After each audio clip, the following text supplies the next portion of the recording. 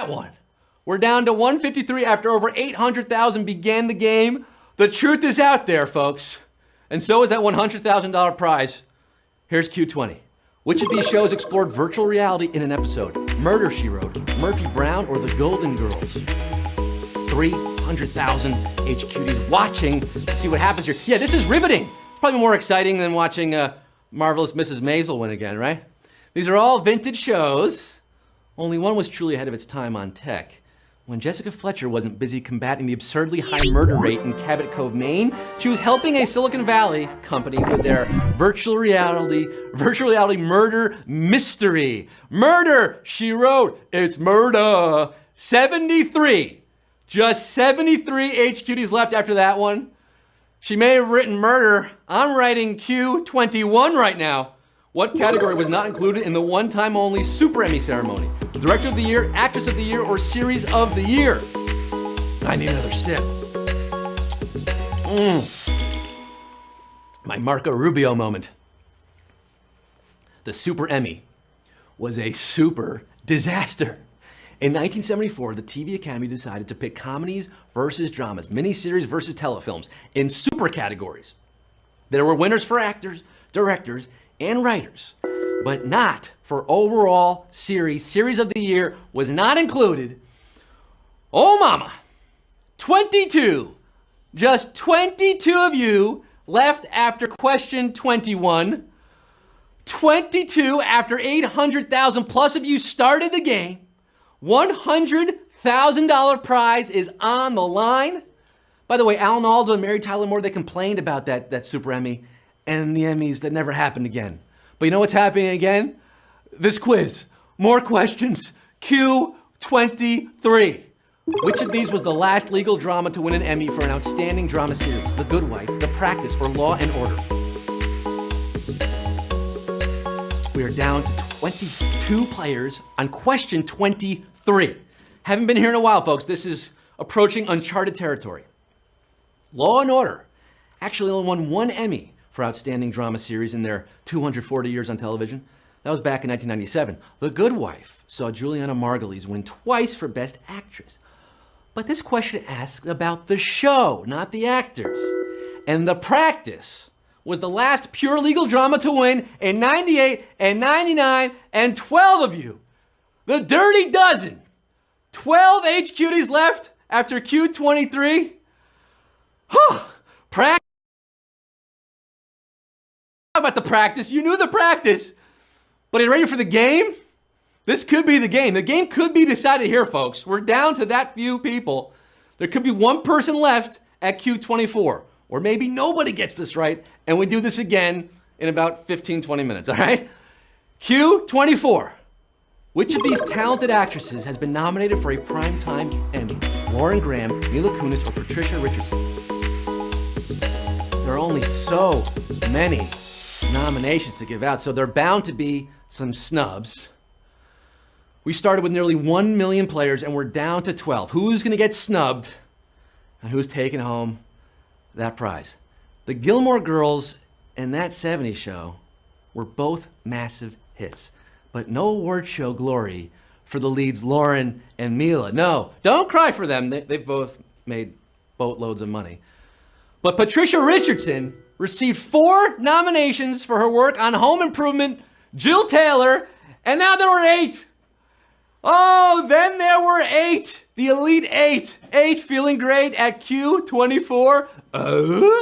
Fans of Home Improvement, you've gotten so far tonight. You've answered 24 questions correctly consecutively. The odds of that are kind of ridiculous. Can you answer 25? Can you stay alive at Q25 for $100,000? We could see it right here. Which of these phrases was spoken on the first Star Trek TV series to be broadcast? Beam me up, Scotty. Beam us up, Scotty. Or Scotty, beam us up. Talking to me? You talking to me? I'm Scotty. I'm Scotty. No, the actor who played Scotty on Star Trek, James Doohan, titled his autobiography, Beam Me Up, Scotty. But guess what? That exact phrase was never spoken in Star Trek. For $100,000, Scotty, beam us up is your answer, and now we have 7. We lost 1 who did not answer in time. 7, we're not fooled by the Mandela effect. It does not affect you. Scotty, beam us up was what was actually said. The mighty 7 left here, the significant 7, the magnificent 7, Mickey Mantle in the game for Q26, $100,000. You're living long and prospering. Can you make it this far? Q26. What series had the greatest number of performers win Emmys for Outstanding Lead Actress in a Comedy? The Golden Girls, Cheers, or Sex and the City? Oh mama, 100K. It could be your day. One of the magnificent 7 here. From 86 to 88, 3 of the 4 leads on this show won an Emmy. First, Betty White, then Rue McClanahan, then B. Arthur. No love for Estelle Getty, but a lot of love for the Golden Girls. And a lot of love for our final 4 contenders left in the game here.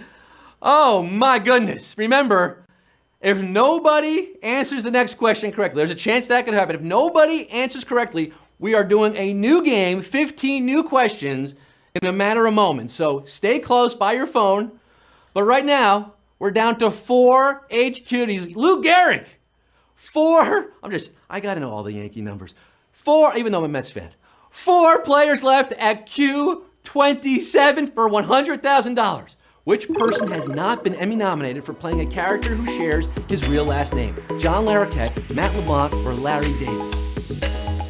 Not been nominated. That means 2 of them have and 1 has not. Whew, $100,000. $100,000. Say it. $100,000. Could be happening. Could be given away to someone right here. I think we've never gotten to Q27. We've never gone past Q27. We did this once before or twice before, and we got to Q27. We're at the breaking point here. Larry David. Larry is pretty good as Larry David in Curb Your Enthusiasm. And Matt LeBlanc was nominated for playing Matt LeBlanc in Episodes. But while John Larroquette was nominated for the John Larroquette Show, he played a character called John Hemingway, and it's a farewell to arms for the 2 of you who answered Matt LeBlanc. But the sun also rises, and so does question 28. For the final 2 HQs left after nearly 1 million of you started this game, down to 2. Derek Jeter, the captain. Again, I'm a Mets fan, but why? I just know this stuff. Q28, this is uncharted territory. We are blazing a new path in HQ. We've never asked 28 consecutive questions. I might pass out. Q28 for the final 2. Whew. Audrey Hepburn's EGOT included getting an Emmy for a documentary about what? Prison reform, ballet, or gardening? And yeah, that is a hard question. That is a Q28 for you. Audrey Hepburn. Documentary? What? If she did a documentary about any of these things, I'd say, well, that's very interesting. I had no idea. And I didn't have any idea until I looked at this answer earlier.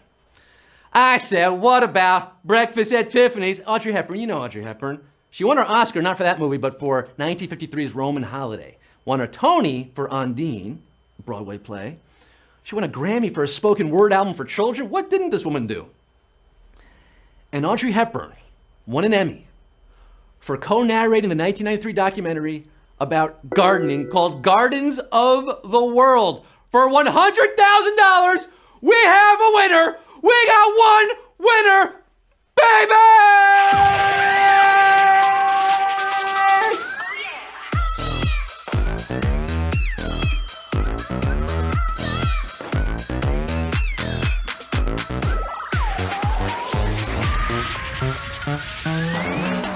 You can put it on the board, yes!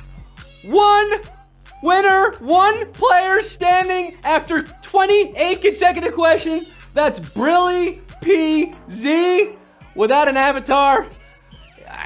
Maybe the $100,000 you can buy cosmetic surgery if that's why you're so worried about putting your face on your thing. But hey, I don't know, whatever it is, you're a ghost, but you're now a richer ghost, a much wealthier ghost, avatar person. You did it, buddy. Man or woman, I don't know who you are. Brilly PZ, I can't make anything from that. You You win Best HQD. What can I tell you? Most outstanding. 28 questions. Geez, you can poke an eye out with this thing. 28 questions. The odds are like 1 in 18 trillion that you did it. You did it somehow. I want to know the story. I might be calling you up later and asking you how you spend that money and following up and maybe bumming some money off of you. And we'll figure it out. We'll go to dinner. You can pay. It's cool. Guys, what a night. We did it. We gave away $100,000 to one person. Thank you, Target, for making that possible. Thank you all for joining in to this historic, quizstoric telecast, streaming, broadcast, wherever this is. I've been Scott Rogowski. You've been a wonderful audience. Tomorrow we are live again, 3 p.m. Eastern, 9 p.m. Eastern time. I'm taking off a couple nights in observance of Yom Kippur. That's right, I'm the Sandy Koufax of live mobile gaming. If you're fasting Gamar Tov, I'll see you all Thursday night. Until then, I remain yours, signing off with the immortal words of Emmy winner Merritt Weaver. I gotta go. Bye.